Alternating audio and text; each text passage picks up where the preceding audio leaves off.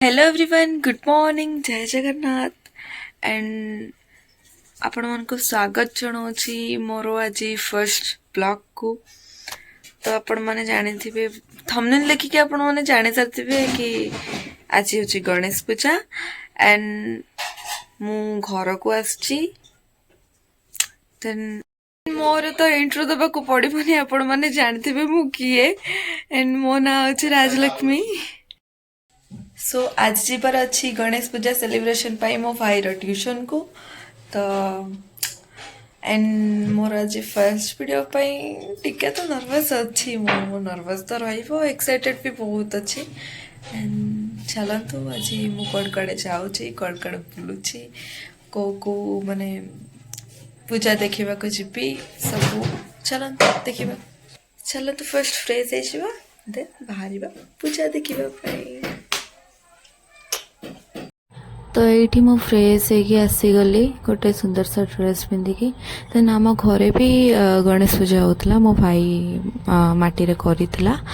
Then सेटा को मो बाबा पूजा करथिले देखि दियंतु देन आमे बाहर गलु भाई भौणी गाड़ी नहीं कि बाबर ट्यूशन को तो सेठी देखंतु पिला माने बाजा बजाई पूरा गणेश पूजा को सेलिब्रेशन करछंती एंड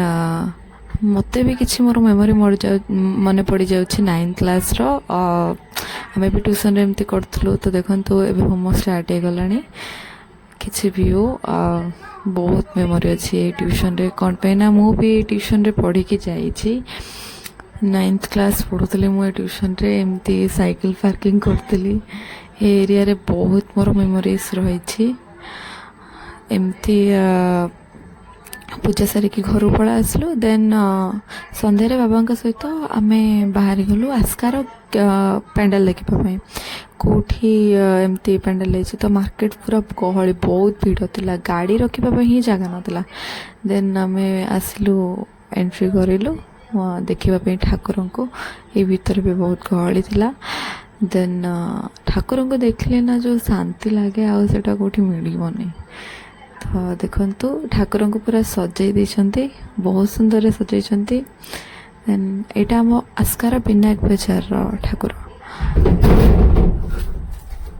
देन आम दर्शन सारिदेलु ठाकुर देन मत भोक लगुला तो मो बाबा पचारे चौमिन खाइब ना आम मना कलु मो भाई कहले कि चलो चाट खाइबा देन आम गलु आम आस्कार फेमस राजधानी चाट सेटा आम आस्कार पुराना बस स्टैंड सेपट साइड अच्छी बाबा आमको लेकिन गले आम चाट दुकान आसीगलु अंकल ये पियाज कटुले तो चाट मोर फेवरेट मो भाईर भी बहुत फेवरेट तो ये अंकल पूरा समस्त पूरा सर्व कर दौरान चाट खाईदेलु आम आस्का को भी तो टिके आपण मैंने देखी दिखाँ आस्कार टिके नाइट व्यू आस्का केमती देखा जाए राति तो एमती किसी व्यू थी आस्कार देन आम घर गला बेले रास्तार पेंडाल देखी गलु ठाकुर को देखिकी गलु देन मो बाबा आम घर पर आलू पियाज किणुले तो आज ब्लॉगटा एतिकी एंड आपन को ब्लॉग जदि भल लगी then like share comment and subscribe करने को भूलें एंड किसी कंटेंट मते कमेंट करंतु थैंक यू सो मच।